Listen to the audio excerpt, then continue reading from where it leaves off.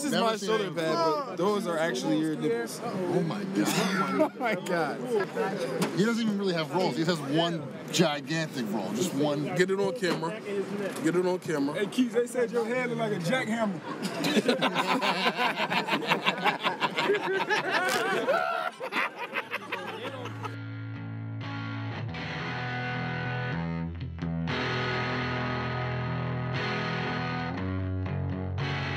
Offensive line, you know, it's probably the true backbone of the offense.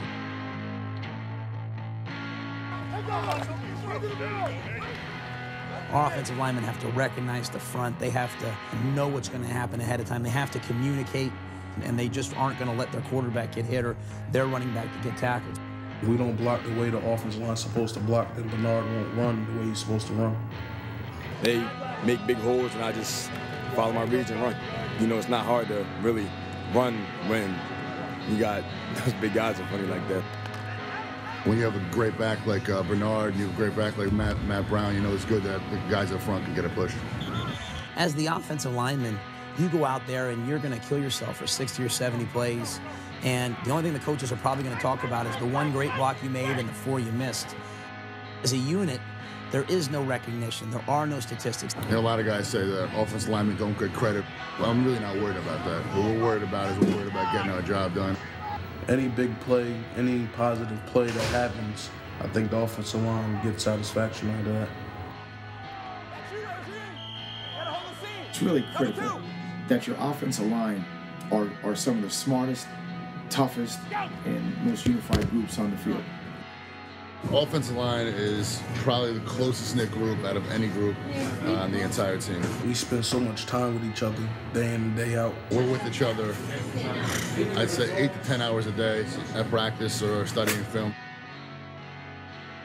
You need 5 guys to operate as one, and that's probably the toughest thing. And you don't get that unless they act as a family. Those are the guys I hang out with. Those are, you know, some of my best friends. You can tell by the way they go out to dinner, probably 2 or 3 times a week. Right now, we're at the Student Center. We're about to go over there and grab some lunch.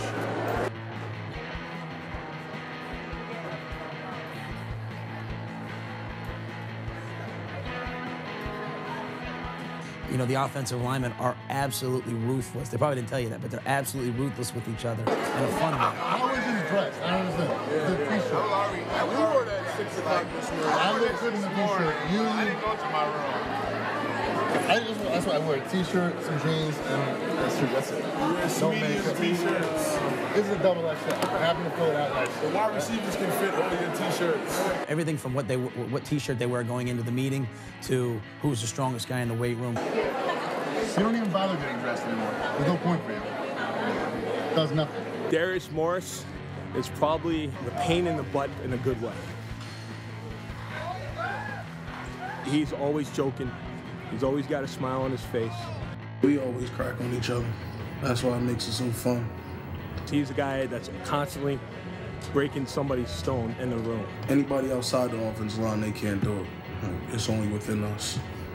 He doesn't come off the block. He doesn't come off the block. He's a position blocker. Like, come on, man. What are you talking about? When you think of Kyle Madsen, you think he's tough. You know, a guy that's going to compete no matter the situation and no matter who he has to block. I like to come off the ball and whoop people.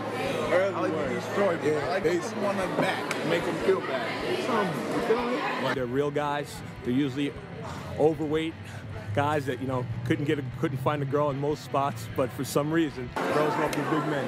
Yes, sir. Grace. That's our parent.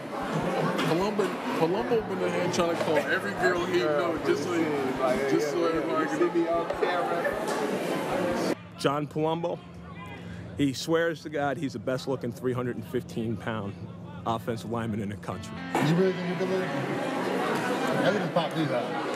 That's all I really Pop Derek Shades out. Derek Shades. He's taking the shot. Oh, he called you for the shades? I went into his, that's my roommate. I went in his. Answer the question for itself. I tell him all the time, doesn't matter how good looking you are, just matter if you can play the game. He Waste? Oh. Never ever waste. Landmine. Yeah, right. Landmine. You know what? Hold on. Time out. You're lying. How do you feel right now? How do you feel right now? He's got caught on camera. As a center, he runs the show.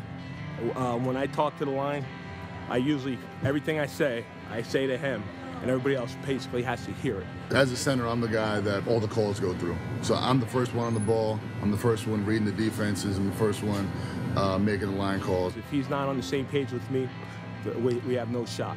You know, he's got to be able to make all the calls. He's got to be able to make all the corrections. The most responsibility is at center by far because you're the guy that everything runs through. Because really, at the end of the day, it's a tough game. It's a tough position, and you have to love it. You have to want to play every play with all that you have. The plays you don't, sometimes they can really hurt the team. The position is really the man. Like, if you don't love football, you can't do what we do. We're up at 5:30 every day. We're in the weight room, we're busting our butts on the practice field, really getting after it. So if you don't love it, you don't have passion for the game, and you can't play it. Bottom line.